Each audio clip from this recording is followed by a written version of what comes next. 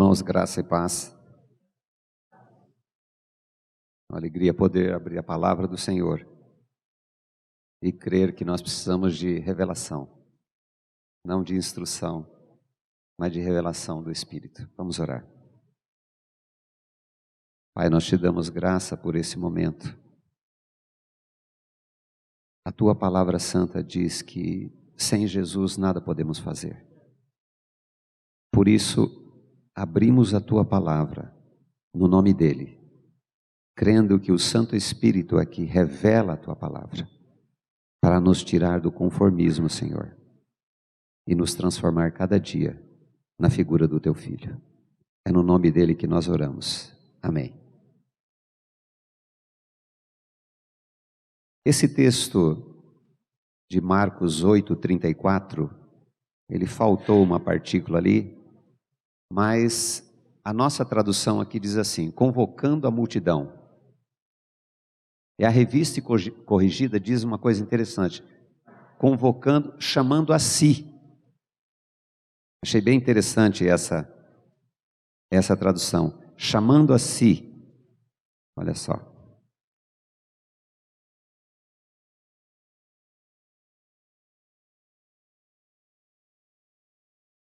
Chamando a si a multidão.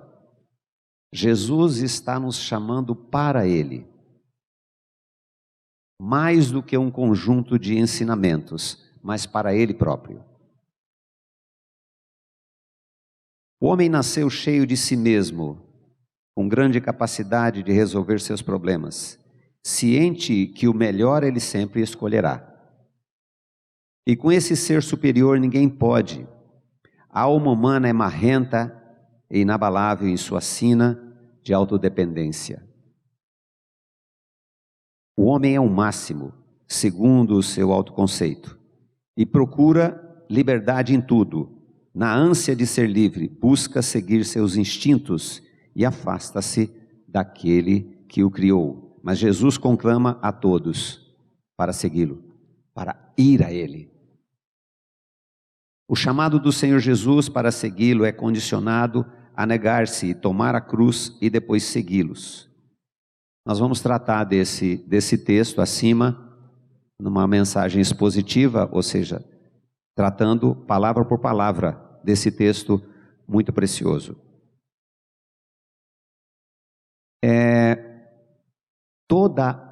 A Bíblia diz assim, que todo dom, toda boa dádiva vem do Pai.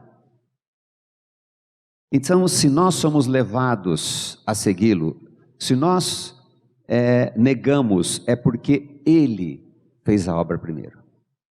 Ele, já que tudo provém dele, se nós negamos, é porque o Senhor está nos tratando naquele assunto, em coisas específicas. Bem, a primeira parte do texto: se alguém quiser vir após mim. Por que essa insistência em andar após Jesus? Por que essa insistência? Porque todos pecaram, estão longe e não conseguem segui-lo.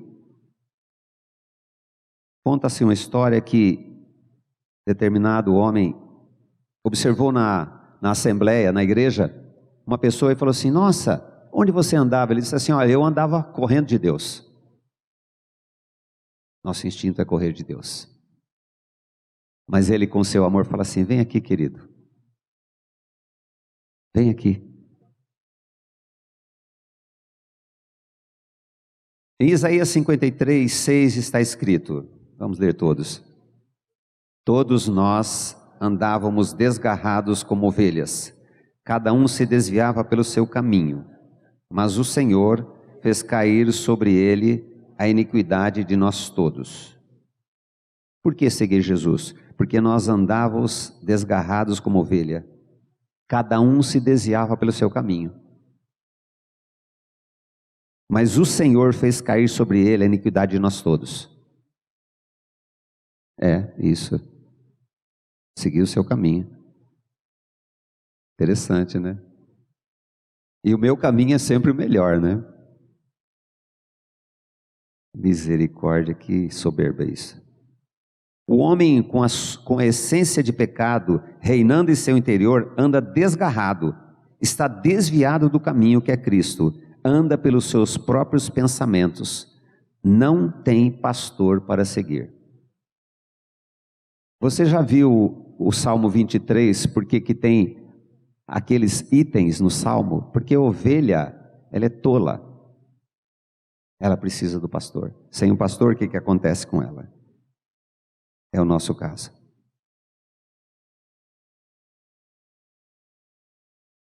Não podia seguir Jesus e andava sob a direção de quem? O homem com essência de pecado reinando em seu interior está desgarrado. Não podia seguir Jesus e andava sob a direção de quem? Bem, ele faz seus próprios caminhos, sempre acha na posição certa.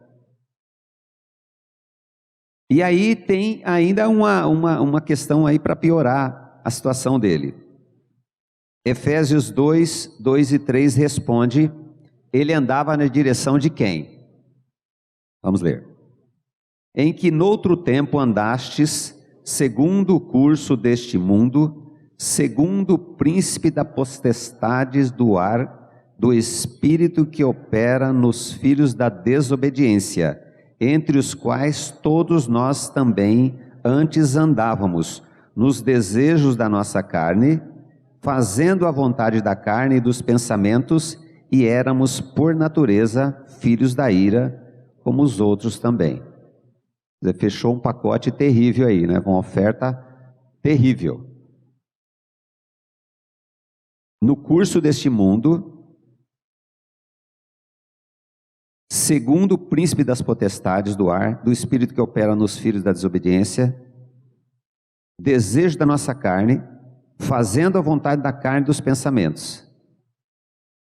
E para finalizar, filhos da ira. Como esse homem vai seguir Jesus? Todas essas, aleluia, todas essas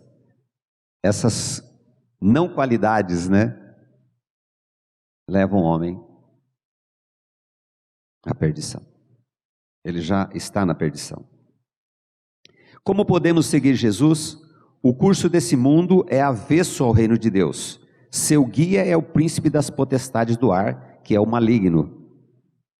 O Deus deste mundo perverso, o diabo. Ainda tínhamos a carne e os desejos, os pensamentos, e não nascemos filhos de Deus. Não havia como seguir Jesus.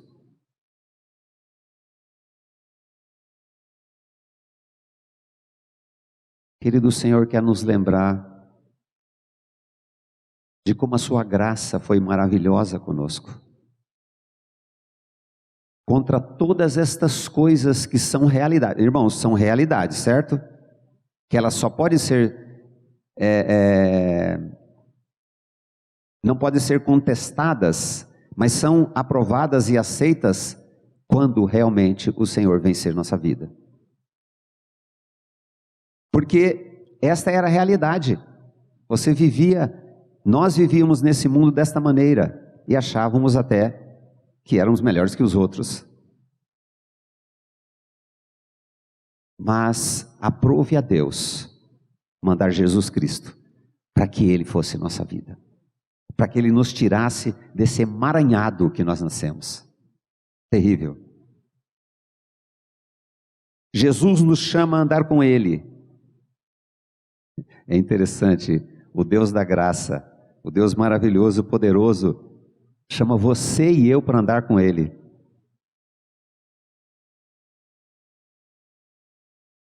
Ele conserta todo o caminho para que isso possa ser realidade.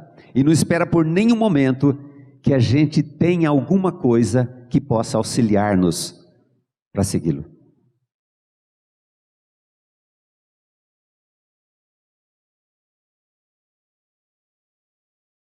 Mesmo parecendo que somos bons, estávamos sob a direção do maligno.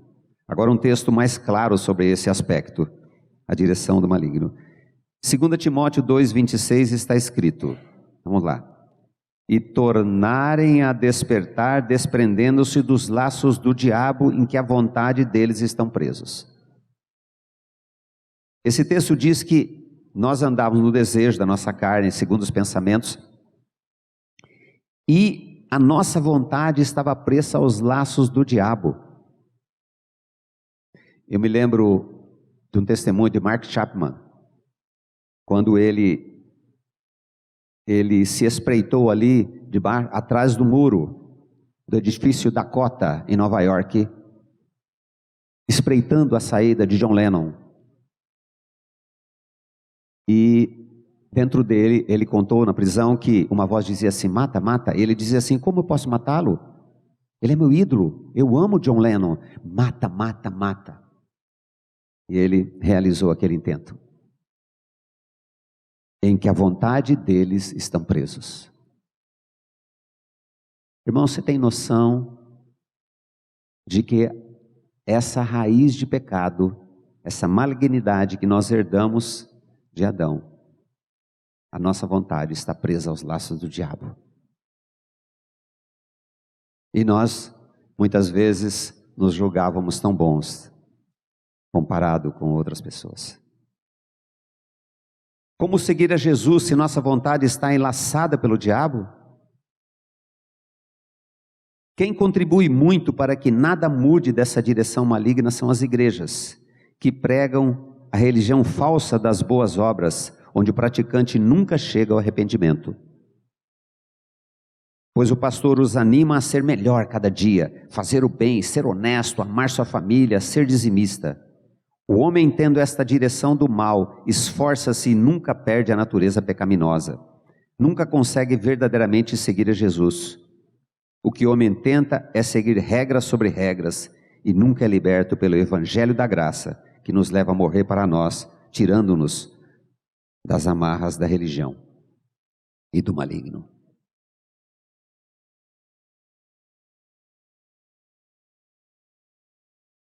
Pregadores que estão incentivando as pessoas a serem melhores. E o caminho da cruz. Aquele que carregava a sua cruz sabia que ao final ele perderia a sua vida. Uma religião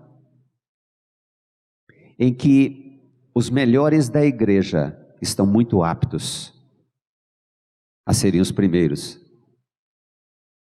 não no reino de Deus.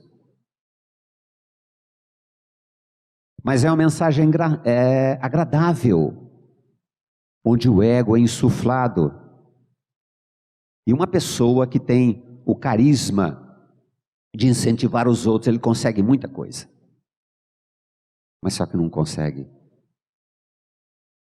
ser salvo, não consegue chegar ao reino de Deus, não consegue ser liberto. Pastor Abuchain pregando numa igreja, e um homem muito requisitado na igreja, muito bem aceito na igreja, quando ele terminou a pregação, ele saiu lá na porta e disse assim: eu nunca mais volto nessa igreja, até Deus resolver o meu problema. Todo mundo se assustou naquela igreja, porque era um homem muito querido na igreja, que tinha um passado muito ruim. E terminando ali o culto, o pastor Abuchain foi na casa dele. Falou: irmão, o que está acontecendo? O irmão tomou uma reação lá, todo mundo ficou assustado na igreja. Diz assim: pastor, eu tive uma vida pregressa. Eu era um homem prostituto. Fiz muita coisa errada. Mas o dia que eu conheci a palavra, eu nunca mais fiz nada. Casei com essa mulher e nunca mais fiz nada de errado. E tenho procurado ser um homem fiel. Mas o Senhor pregou uma palavra hoje, que eu preciso morrer. Eu quero dizer para você, pastor, eu nunca pratiquei nada, só que interiormente eu sofro muito, porque eu vejo em mim essa vontade de realizar todas aquelas coisas, mesmo que eu não tenha feito. A religião faz isso. Ela põe um cal por fora, mas sem o interior trocado. Essa é a proposta de Jesus nesse texto aqui. Levar-nos a segui-lo para perder nossa vida. E o pastor Abuchain disse assim: irmão, esse texto diz o que aqui?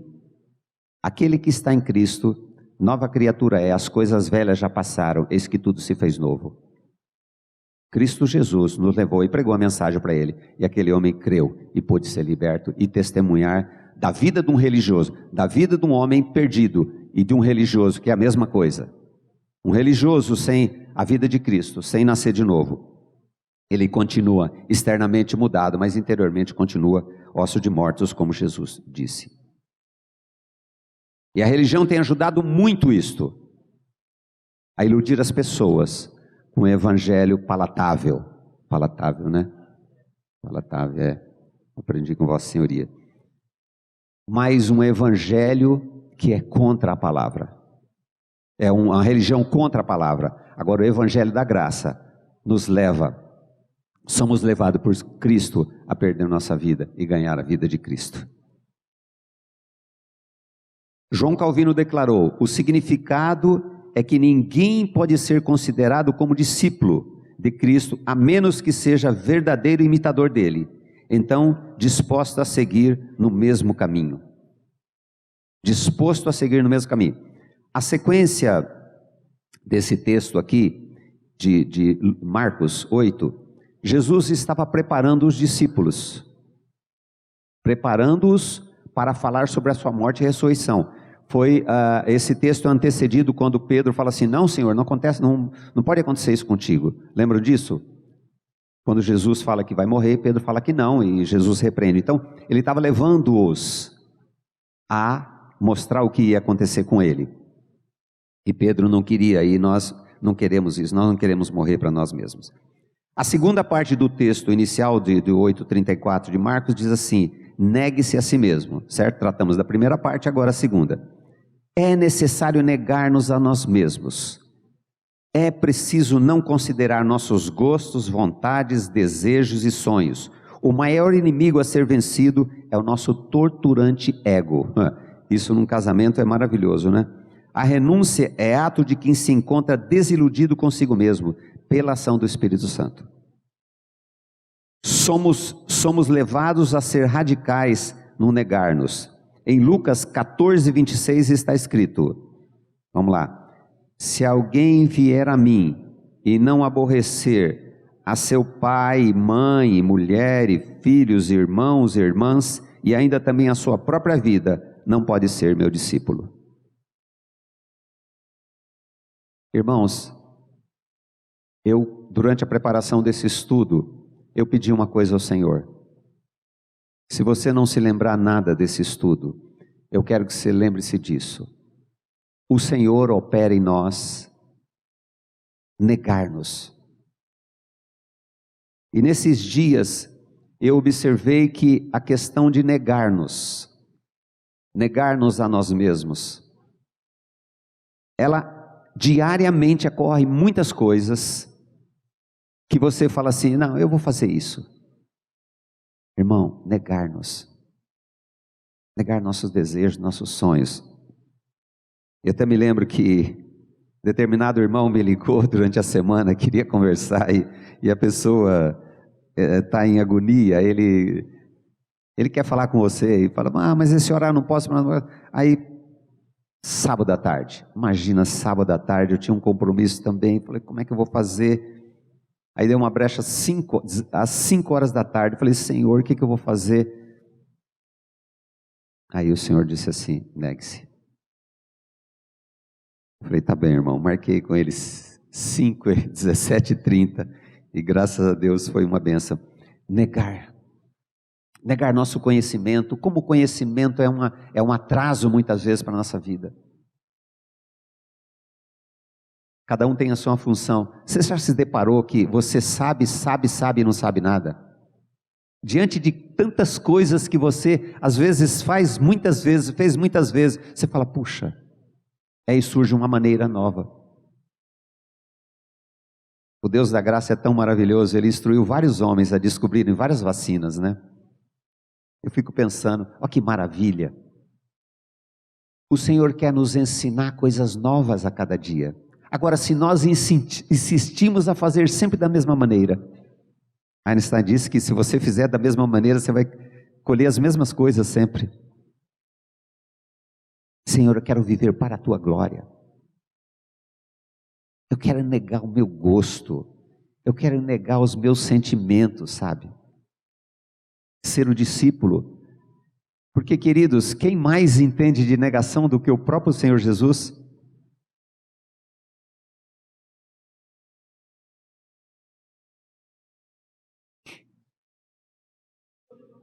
Esvaziou-se a si mesmo. Hoje eu tenho aqui o auxiliar do Galvão, glória a Deus por isso. Glória a Deus, querido. Esvaziou-se a si mesmo, deixando misericórdia. E no relacionamento de casamento, essa negação precisa ser uma constante. Misericórdia, negar-se. Senhor, leva-nos à profundidade do que é negar-se. Negar nossos sonhos. E quando o pai, por sua sabedoria, impede que um sonho é realizado. Você sonha por aquilo durante muito tempo. Uma vez concretizado, parece que se torna uma coisa tão ruim. O pai está querendo trabalhar conosco. É necessário, é importante que nós tenhamos sonhos. Mas nós precisamos sonhar os sonhos do pai para nós. Agora, sem negação, é difícil. Sem negação, nós vamos ter muitas decepções com Deus. Nossa, eu tinha planejado as coisas tão certinho, né? Eu vi um testemunho uma vez na igreja, que era a pessoa, mas poderia ser eu também. Ele organizou a vida toda dele familiar, aqui nesse lugar. Ele organizou tudo. E a minha esposa disse assim, nossa, mas esse cara é o próprio Deus. Somos nós, irmãos, organizando a nossa vida. Mike Tyson dizia o seguinte, todo mundo tem um plano, até que leva um soco na cara. Irmãos, e nós precisamos, muitas vezes, dessa graça, desse toque do Senhor. Enfrentar uma parede de concreto e atrás de diamante. Negar-se, ir ao Senhor. Senhor, eu preciso ir ao Senhor, eu não tenho condições de ir ao Senhor, eu não tenho condição nenhuma de segui-lo. Lembre-se que todo esse texto é embasado na ação de Deus. Segui-lo por nossos braços. Negar as maiores relações e, por fim, renunciar à própria vida, pois aí reside todo o nosso problema. Deixar o trono e, humildemente, ser sujeitado pela vontade do nosso soberano Salvador Jesus Cristo. Bem, vamos agora para a ortopraxia, ou seja, é colocar em prática aquilo que o nosso entendimento já aceitou como verdade. Ou seja, deixar que Deus opere o fato de negar-nos na vida prática. Você foi traído, ofendido pelas redes sociais, ou em particular, ou em público. No momento, a reação é de se defender e atacar o ofensor. Eu vejo falar que nas famílias é geralmente assim, no relacionamento de casamento. A sua mente analisa o motivo da grosseria. Você fala assim, puxa, mas por que isso, né? Porque logo com você. Por que comigo? Quando tem você recebe assim uma grosseria dessa, uma ofensa, sei lá o que for. Por que diante de todos? Diante de todos aí fica ruim, né? Aí piora. O que fiz de mal para essa pessoa? E às vezes numa brecha de lucidez, você acha até que merecia, mas logo a sua justiça própria leva ao seu vitimismo. Que desgraça, por que isso? Mas por que isso? Eu tenho conversado com algumas pessoas que foram traídas. E é interessante que todas segue mais ou menos o mesmo processo, né? A ira, a raiva, quer ver a pessoa morta, e depois vem esse, será, e o que eu fiz, tal, e até o dia que entende que se crê no Senhor Jesus, o Senhor permite uma série de coisas na nossa vida para tratar conosco. Eu estou lembrando de uma pessoa que passou pela situação, e ela me disse assim: só houve descanso o dia que o Senhor me falou claramente que Ele queria trabalhar comigo. A outra pessoa é a outra pessoa. Negar os nossos direitos. Ah, mas foi injustiça. E às vezes você conversando com a pessoa, mas foi injustiça. É porque você não sabe, não é com você. A pessoa se rebela com você, contra você. Negar-nos. E aquele ofensor toma os seus pensamentos. Eu lembro bem da história do ônibus que o senhor gosta de contar, que o camarada, na viagem, ele não descia do ônibus. Ele falou assim: por favor, desce do ônibus, sai da minha cabeça. Então o ofensor fica na sua cabeça. Ele fica marretando você o tempo todo.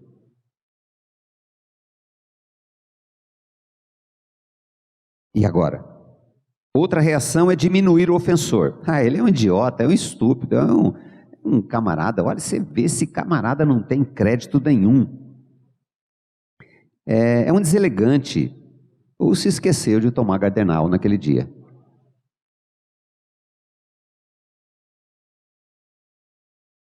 Como se não o Senhor operar em nós a negação?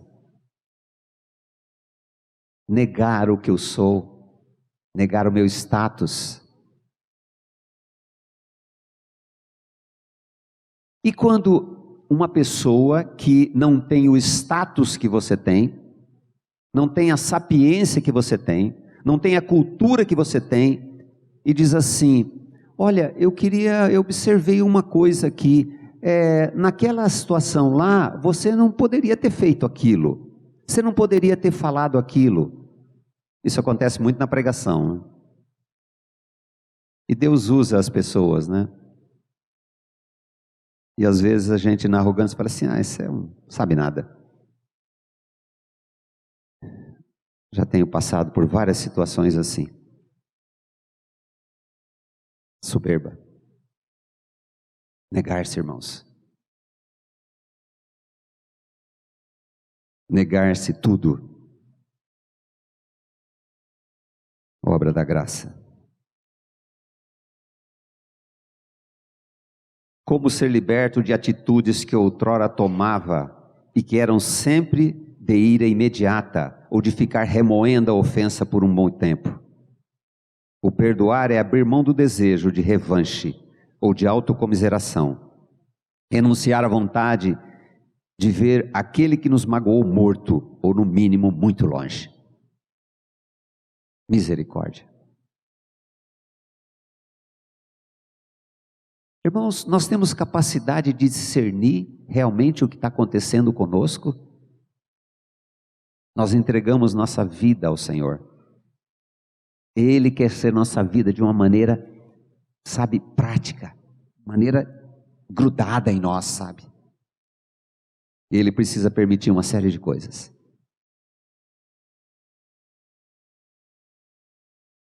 Em 2 Coríntios 5,15 está escrito, vamos lá: e ele morreu por todos, para os que vivem, não vivam mais para si, mas para aquele que por eles morreu e ressuscitou. Viver para si, aceitar algumas coisas da palavra, aceitar algumas coisas que nós ouvimos, mas continuar vivendo para si. Ensimesmado, essa palavra, eu acho interessante essa palavra, eu me vejo muitas vezes ensimesmado. Em mim mesmado. Melhor. Misericórdia. Ele morreu por todos, para que os que vivem não vivam mais para si, mas para aqueles que por eles morreu e ressuscitou. Ó Senhor, dá-nos anseio de viver para Ti. E não há como fazer essa divisão, a não ser pela graça, a não ser por não mais eu. Ó irmãos, eu tenho um anseio na minha vida. Creio que todas as coisas contribuem para o bem. Creio que sobre minha vida está as mãos do meu Salvador. E não se abalar com mais nada.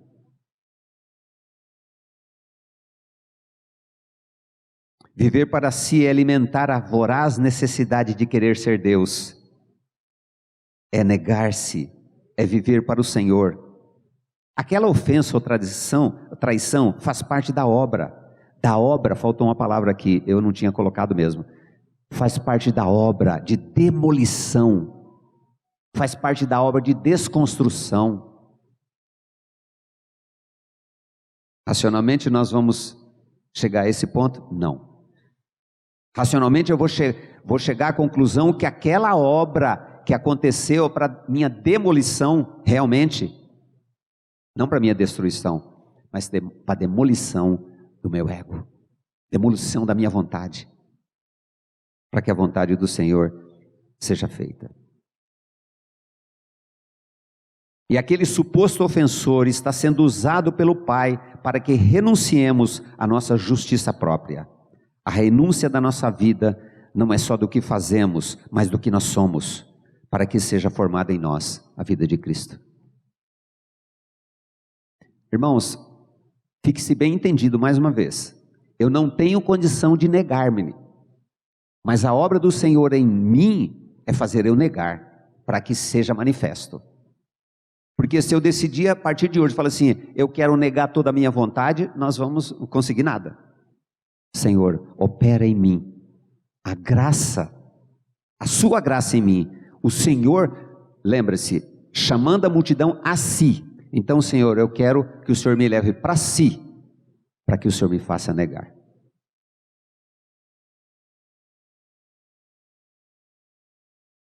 Como viver a vida cristã sem negar-se? Como ser discípulo de Cristo sem renunciar ao desejo de comando da nossa vida? Gálatas 2:20. E vivo não mais eu, mas Cristo vive em mim. Isso é impossível sem eu estou crucificado com Cristo. O senhorio de Cristo não se realiza sem a autonegação. O discípulo não milita justamente sem a diária anulação de seus desejos, e carregar a cruz é viver Cristo em mim. De uma forma que a renúncia seja praticada pela fé em todas as áreas da nossa vida. John Wesley declarou: se algum homem estiver disposto a vir atrás de mim, ninguém é forçado, mas se algum for cristão, deve ser nestes termos, que ele se negue e tome a sua cruz. Aí eu coloco uma sugestão prática. Toda manhã ore assim: Pai, hoje age em mim, fazendo a minha agenda. Eu não quero fazer minha agenda, quero negar os meus desejos em favor de viver para Ti. Entrego-me à Tua vontade.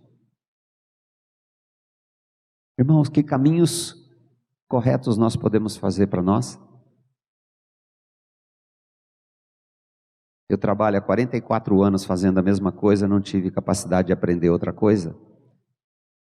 Às vezes, vem, glória a Deus, aí vem um cliente e fala assim: olha, você faz isso aqui para mim, olha, isso aqui, nossa, isso aqui você vai tirar de letra, e por engano meu, se eu achar que eu vou tirar de letra mesmo, eu levo cada rasteira. Aí o Senhor tem me ensinado, eu falei assim: ó, calma aí, eu vou tentar fazer esse negócio aí direito, porque a gente está cada dia aprendendo que a gente não sabe nada. Isso é humildade depois de chegar a quase 100 anos. Eu falei: não é nada disso não, irmãos, isso aí é tratamento do Senhor, de coisas práticas que já aconteceram e a gente vê que a gente não sabe. É como Arnaldo César repetia a mesma mensagem que deu certo na igreja, não é? Misericórdia.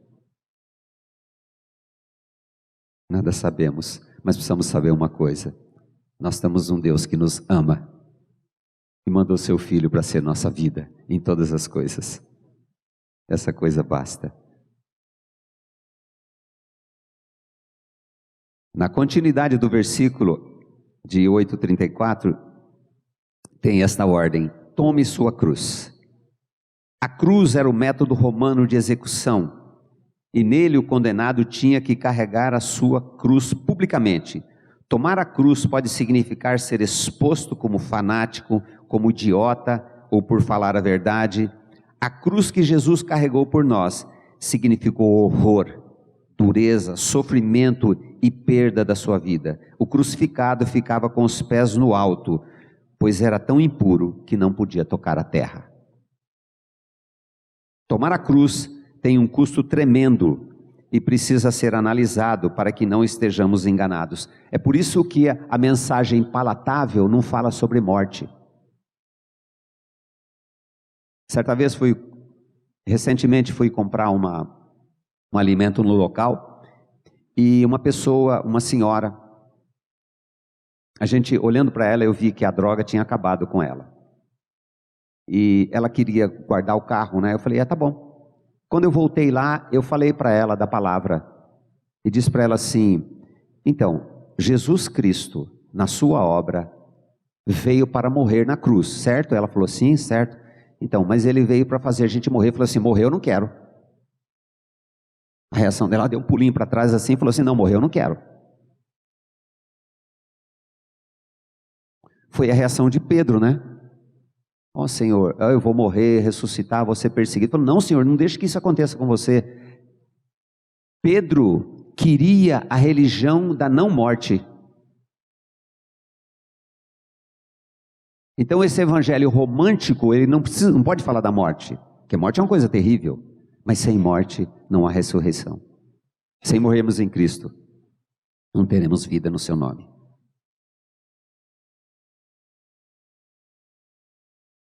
O homem é convencido pelo Espírito Santo de sua essência de pecado. Este mesmo Espírito convence a negar-se, a tomar sua cruz. Tomar a cruz significa identificar-se com Cristo, com a sua missão, com seus sofrimentos e com a perseguição e rejeição que ele sofreu por causa do Evangelho.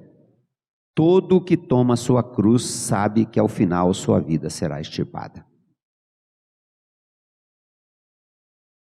A mensagem, o Evangelho da cruz, ficou obumbrado durante muitos anos. Alguns historiadores dizem que isso anteriormente também, mas a partir de 1909, as mensagens começaram a encobrir, obumbrar. Eu aprendi com Arnaldo César Coelho aqui, que então foi encoberta por uma série de coisas, e coisas muito agradáveis. Por isso que os velhos escritores, é bom a gente ler os velhos escritores. Eles falam muito da mensagem da cruz. O Whitefield pregou muito mais a mensagem da cruz do que outra mensagem. Tomar a cruz. E às vezes a gente brinca, a cruz é minha mulher, a cruz é meu filho, a cruz. Tomar a cruz. É fardo, né? E aqueles irmãos, o pastor que já sabe que é um fardo, o que eles vão fazer? Eles vão agradecer a Deus, sabendo que aquele fardo ele precisa, né? Para ser lançar sobre o fardo, né? Mas não para a pessoa morrer, gente, entendam bem, não torce o texto bíblico, não. Esse esposo ainda vai viver muito tempo ainda, e duro que tem uma saúde, né, de ferro, muitas vezes, né? Nem tombo deixa o camarada, aleluia, Senhor. Misericórdia. Finalizando o texto, Jesus diz assim: sigam-me. Olha a sequência que Jesus vem levando. Ele diz: sigam-me. Após tomar a sua cruz e sofrer escárnios e sofrimentos, para depois de tudo perder sua vida, o apóstolo Paulo, em 2 Coríntios 5,15, o mesmo texto que nós tratamos lá, porque alguns não escutaram, diz assim: E ele morreu por todos, para que os que vivem não vivam mais para si, mas para aquele que por eles morreu e ressuscitou.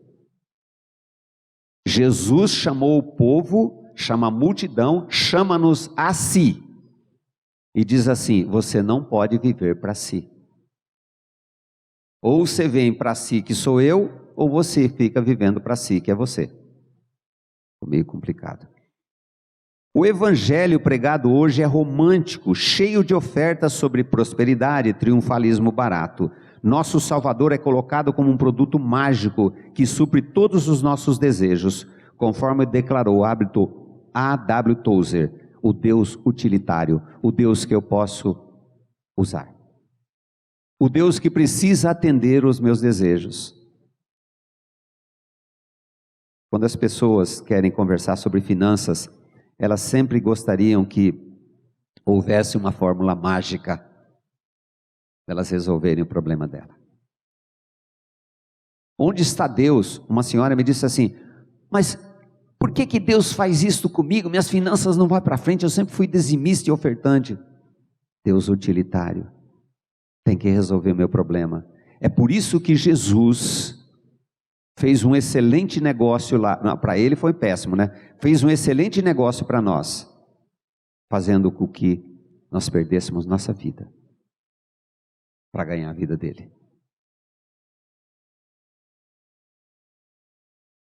Oi? Se eu pulei? Eu já estou lá na frente, perdão. Vamos lá, obrigado, querido. Arnaldo tem os auxiliares, é muito bom. Vamos lá. O texto de 2 Coríntios 4,10 ensina a forma de seguir a Jesus. Vamos lá. Levando sempre no corpo o morrer de Jesus, para que também a sua vida se manifeste em nosso corpo. Levando o morrer de Jesus. Por certo, nós hoje vamos ter alguma situação, amanhã nós vamos ter uma situação, Senhor. Eu quero levar nessa situação o morrer de Jesus, para que a sua vida se manifeste. Não mais eu, mas Cristo. A minha vontade realmente é fazer isso aqui, mas eu quero colocar em tuas mãos. Eu não quero fazer a minha vontade. Eu não quero nem falar o versículo que eu quero falar, mas eu quero falar o versículo que o Senhor quer falar.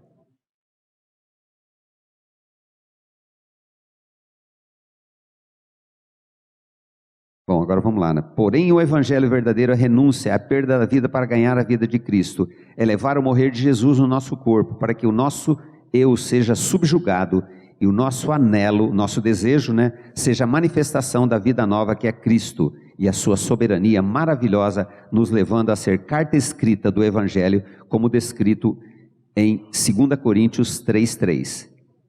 Porque já é manifesto que vós sois a carta de Cristo, ministrada por nós, escrita não com tinta, mas com o Espírito do Deus vivo, não em tábuas de pedra, mas nas tábuas de carne do coração.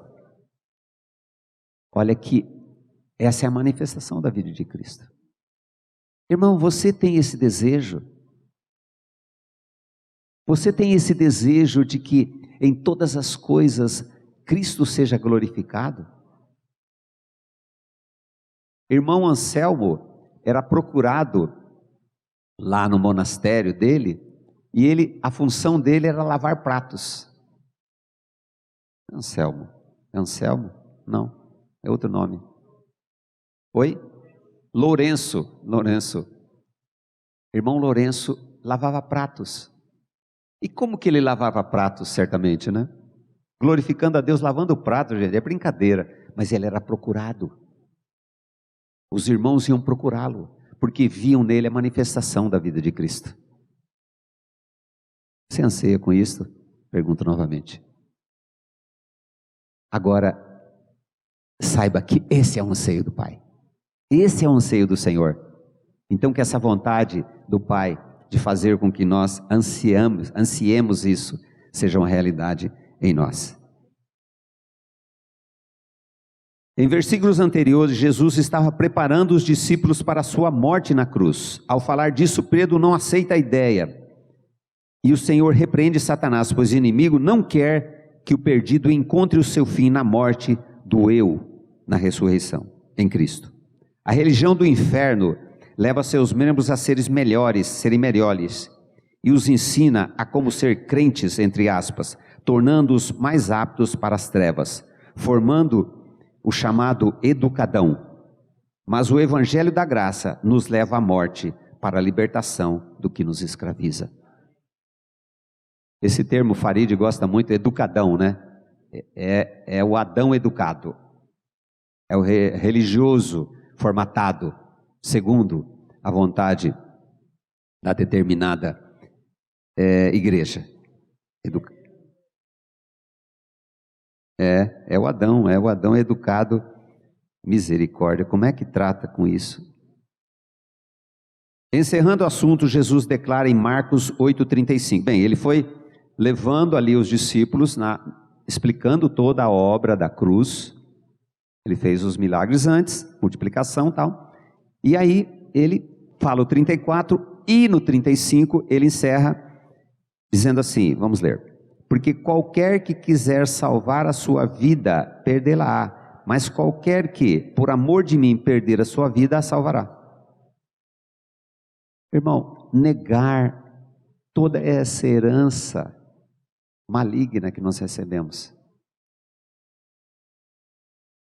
Agora, viver para si é querer preservar a sua vida. E Jesus disse, preservar a sua vida você vai perder. Mas qualquer que, por amor de mim, perder a sua vida, a salvará. Quantos aqui precisam perder sua vida ainda? Precisa perder a vida. É a lei do perde para ganhar. Se manter, vai perder. E se perder, vai ganhar.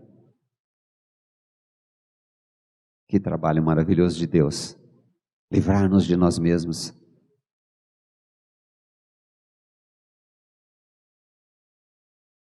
Uma coisa que mais ofende a pessoa, quando ela quer conversar sobre determinado assunto, e você, pela graça, faz com que ela olhe para ela se revolta com você. Muitas vezes ela desvia de você, ela nunca mais quer. Certa vez, conversando com a pessoa, disse assim, olha, fulano, isso aqui, olha, a Bíblia diz isso, diz isso. Tempos depois encontrei a pessoa, e ela disse assim, olha, puxa, estou cada vez pior. Eu falei assim, olha, mas lembra que nós tratamos lá, e você, pelo menos intelectualmente, aceitou a situação? E por que você não se colocou diante do Senhor? O Senhor tratou ali. Ele falou assim, não, é que eu fui falar com outro pastor e ele falou que não sei, até tinha uma oferta por dentro, talvez tinha uma oferta. E ele falou isso e eu continuei. Falei assim, então, e agora? Agora não tem jeito, né? Falei, então, não tem jeito. Porque se tivesse outro jeito, não seria por morte. Graças a Deus que ele prestou atenção na palavra, né? E foi liberto do mal, que somos nós mesmos.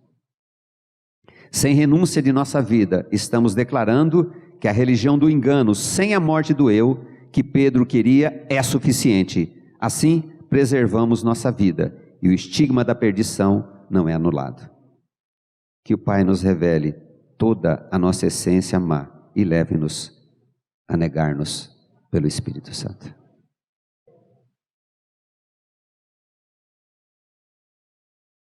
Vamos ficar em pé, vamos orar.